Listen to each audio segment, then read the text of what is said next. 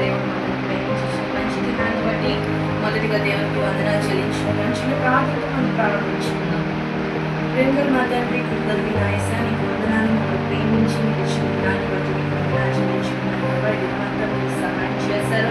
ఈ దిన పరిచయాలంతలో కూడా మీరు సహాయం చేయండి. మమ్మల్ని ప్రేమించి మీ మాతో మాట్లాడుతున్న ప్రతి మాటను బట్టి నీకు వందనాలు చెల్లించుకున్నాను. ఏ హృదయానికి ఏ మాట అవసరమో తండ్రి, ఏ మాట ద్వారా ఎవరు నెమ్మది పొందుతారో, ఆదరణ పొందుతారో, అయ్యా ఎవరు మీ శక్తిని బలమును పొందుతారో తండ్రి, ప్రతి ఒక్క హృదయాన్ని తెరిచి నేను మాట్లాడే ప్రతి మాటలో నీ వాక్కును నీ జీవం నుంచి నడిపించమని నీ సన్నిధిలో వేడుకుంటున్నాను ప్రభా. నా శక్తితో బలముతో కాదు కానీ ప్రభా, నీ శిలువ నన్ను మరుగుపరిచి నీ ఆత్మ చేతులను అభిషేకించి నన్ను మాట్లాడి సహాయం చేయాలి. ఇది పరిశీలంటే నీ చేతులుగా ఉపయోగించుకుంటే నా చిన్న ప్రార్థన వేస్తున్నాము వారికి వేడుకుంటున్నాను తండ్రి. ఆమేన్. Praise the lord.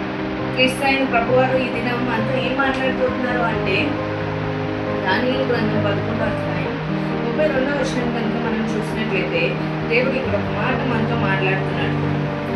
అందుకు అతడు ఇచ్చుకు మాటలు చెప్పి నిబంధన అతిక్రమించు వారికి వశపరుచుకొను. అయితే తమ దేవుని ఎరుగు వారు బలము కలిగిన గొప్ప కార్యములు చేయుదురు. క్రీస్తు ప్రభువారు ఈ దినం మనతో ఏం చెప్తున్నారంటే, దేవుణ్ణి ఎరిగిన వారికి దేవుడు ఏమిస్తున్నాడు, ఏం చేస్తారో ఈ దినం బయలుపరచబోతారు. వారు బలము కలిగి గొప్ప కార్యములు చేస్తారంట. బలము శక్తిని కలిగి గొప్ప కార్యములు చేస్తారు. దేవుని శక్తిని ఆశ్రయించిన ఏ నరుడు కూడా ఎక్కడా కూడా అపజయాలు పొందలేదు, ఎక్కడ ఓడిపోలేదు. దేవుని శక్తిని ఎలా ఆశ్రయించాలి? అసలు దేవుని ఎరగడం అంటే ఏంటి? దేవుని ఎరగడం అంటే దేవుని తెలుసుకోవడం, ఆయన్ని రుచి చూడడం, ఆయన ప్రేమను తెలుసుకోవడం. అలా ఆయన ప్రేమను తెలుసుకొని ఆయన రుచి చూసిన వారు, ఆయన్ని ఎరిగిన వారు ఎక్కడా కూడా ఓడిపోయినట్టు కానీ, నశించిపోయినట్టు కానీ, అపజయాలు పొందినట్టు కానీ మనం చూడలేదు. ఈ బైబిల్లో మొదటి నుంచి కూడా మనం చూసినట్లయితే అబ్రహాం దేవుణ్ణి అడిగారు, ఆయన బాగా తెలుసుకున్నారు, ఆయన ప్రేమించారు, దేవుని శక్తి ఏంటో ఆయన ఆశ్రయించారు. కాబట్టి ఆయన యందు నమ్మిక ఉంచారు, నిరీక్షణ ఉంచారు. అబ్రహాం జీవితంలో చేసుకోలేని అనేక గొప్ప కార్యములు ఆయన చేసుకోగలిగారు. ఎందుకంటే కేవలం అబ్రహాము దేవుని ఎరగడాన్ని బట్టి. సామాన్య ప్రజల జీవితాల్లో జరగంది 75 సంవత్సరాలు దేవుడు తనకి వాగ్దానం చేస్తాడు, కుమారుని ఇస్తానని. ఆ టైంలో అది అసాధ్యం. కానీ దేవుని ఎరగడం ద్వారా అసాధ్యమైన గొప్ప కార్యాన్ని సాధ్యం చేస్తాడు దేవుడు.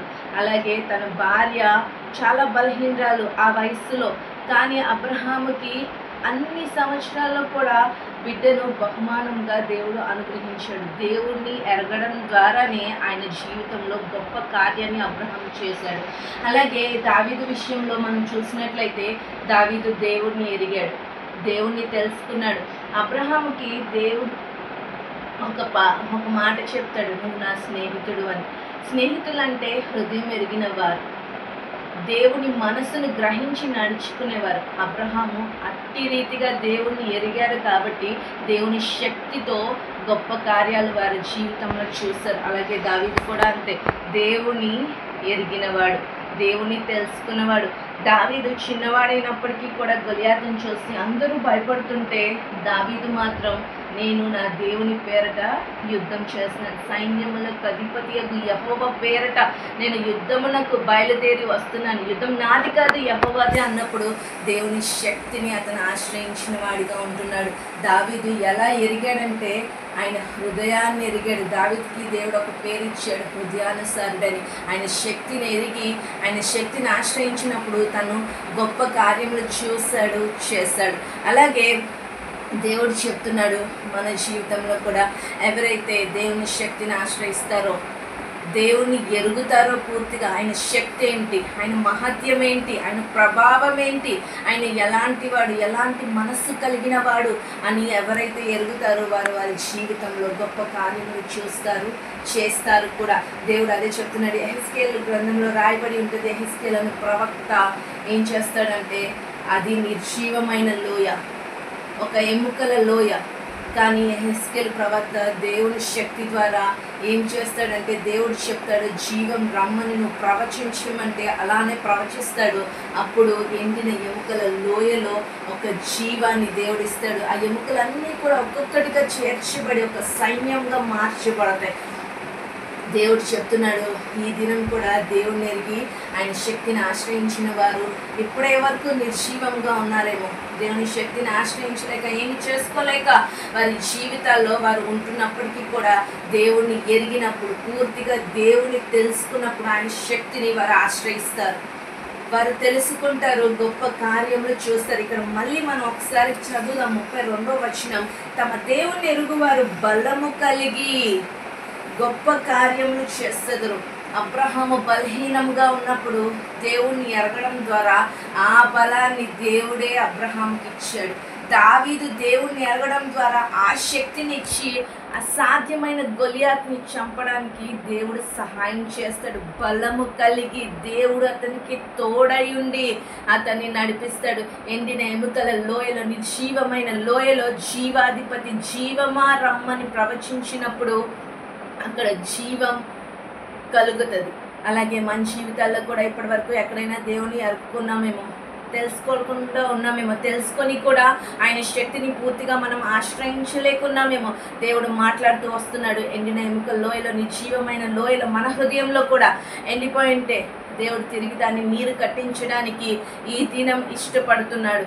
దేవుడు చెప్తున్నాడు, మీ హృదయాలను తెరవండి, హృదయం అనే ఆలయంలో నాకు చోటు ఇవ్వండి, బలము కలిగి గొప్ప కార్యములు చేస్తారు. ఎవరైతే ఆయన్ని పూర్తిగా ఎరుగుతారో, ఆయన ఆజ్ఞలు కట్టడలు అనుసరించి నడుచుకుంటారు, దుష్టత్వమును విడిచిపెట్టి చెడుతనమును మాని యోబు వలె ఆశ్రయిస్తారో, వారు విశ్వాసంతో అడుగులు ముందుకేసినప్పుడు ఎక్కడ కూడా వారి జీవితంలో అపజయం ఉండదు. అపవాది ఈ లోకంలో అనేక మార్లు మనల్ని ప్రేరేపిస్తూ ఉంటుంది, మనల్ని పడద్రోయాలని, త్రోసివేయాలని, మనకి ఆటంకాలను కలుగచేస్తుంది, మనల్ని అవమానపరచాలని చూస్తుంది. కానీ దేవుని ఎరిగిన మనం ఆయన శక్తిని ఆశ్రయించినప్పుడు అవమానాలన్నింటినీ కూడా దీవెనలుగా దేవుడు మన జీవితంలో కృమ్మరించి మనకు ఒక ఆశీర్వాదకరంగా, మనం అనేకులకి ఆశీర్వాదకారకంగా దేవుడు నిలబెడతాడు. ఇచ్చిన మాటలు దేవుడు దీవించిన దాకా దేవుడు ఈ దినం అదే చెప్తున్నాడు.